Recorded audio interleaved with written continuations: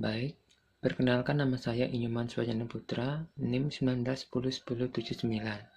Di sini saya akan menjawab pertanyaan-pertanyaan dari video yang saya tonton tadi. Untuk soal pertama,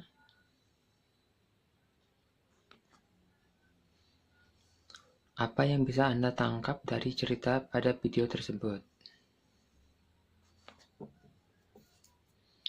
Dari cerita video 2 detik yang saya tonton tadi, saya tangkap peran utamanya tentang betapa cepat dan dalamnya luka dari cyberbullying, terutama di medsos.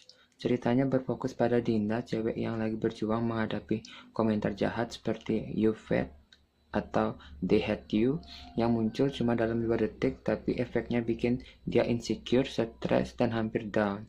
Tapi ada kontras positif dari dukungan ayahnya yang selalu bilang, "Kamu anakku satu-satunya, yang terbaik, aku selalu sayang kamu apa adanya."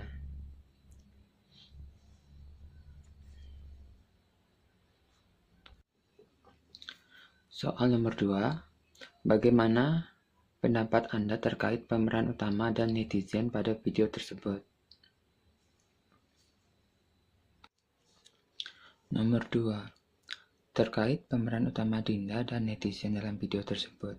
Untuk pemeran utama Dinda, menggambarkan sisi rentan korban cyberbullying.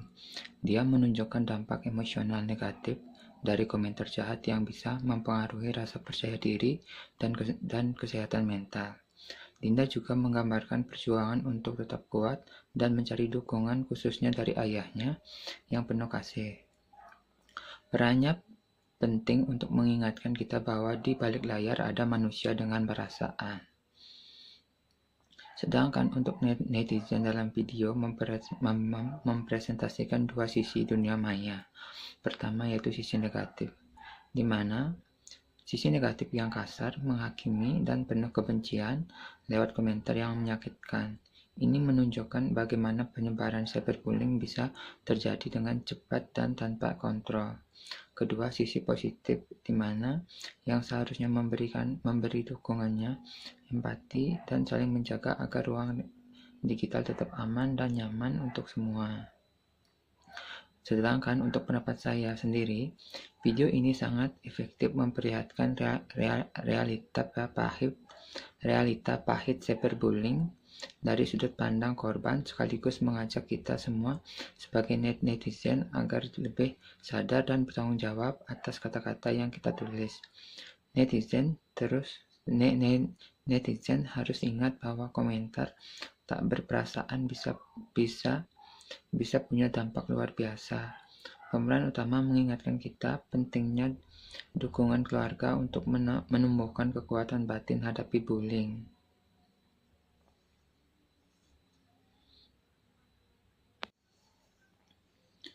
Soal nomor 3, jika Anda menemukan teman dalam posisi seperti pemeran utamanya, apa yang akan Anda lakukan?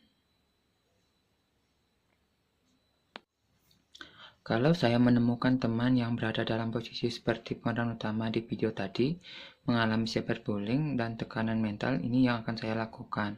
Pertama, dengarkan dan beri dukungan emosional. Kedua, berikan keyakinan dan semangat. Nomor 3, bantu jaga privasi dan keamanan online. Keempat, ajak mencari bantuan profesional. Kelima, temani dan jaga aktivitas positif. Keenam, edukasikan soal cyberbullying. Intinya, jangan biarkan teman menghadapi sendirian. Seringnya, kehadiran dan dukungan dari orang terdekat bisa jadi kunci pemulihan mereka.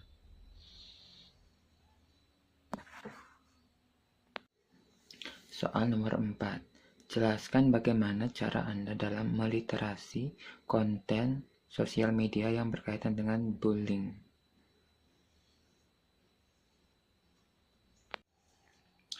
Berikut cara saya dalam meliterasi, memilih dan menganalisis konten media sosial berkaitan dengan bullying. Pertama, identifikasi konten negatif.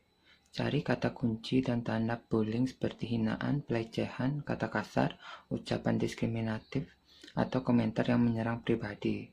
Kedua, konteks dan intensitas. Perhatikan konteks kalimat, apakah itu bercandaan, kritikan konstruktif, atau memang bullying. Lihat seberapa sering dan berat pesan negatif muncul. Ketiga, evaluasi sumber dan target. Periksa siapa pengirimnya, akun asli, anonim, bot, dan siapa yang jadi korban. Sadari kata bullying bisa dari teman, follower, atau akun asing. Keempat, reaksi dan dampak. Amati respon korban dan netizen lain. Apakah ada tanggapan positif, dukungan komunitas, atau malah makin parah. Kelima, validasi fakta. Hindari kesimpulan cepat dengan memastikan konten bukan hoax atau disinformasi yang memperkeruh suasana. Keenam, pengelolaan data. Dokumentasikan contoh bullying secara sistematis untuk analisis pola, mengukur intensitas, dan rekomendasikan tindakan. Ketujuh, penerapan etika. Saat membagikan konten bullying, pastikan privasi korban terjaga dan tujuan edukasi, bukan memperparah situasi. Intinya, cara ini penting untuk memahami masalah bullying dari berbagai sudut dan membantu buat strategi perspektif di media sosial.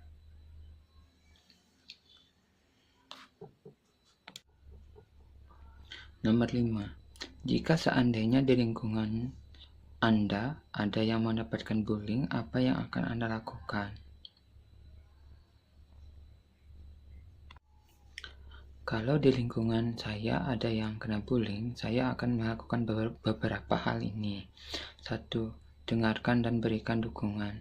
Jadi pendengar yang sabar, biarkan mereka curhat tanpa dihakimi supaya merasa tidak sendirian. 2. Berikan semangat dan keyakinan. Ingatkan bahwa mereka berharga dan bullying itu salah. Jangan biarkan kata-kata negatif mempengaruhi harga diri. 3. Laporkan ke pihak berwenang.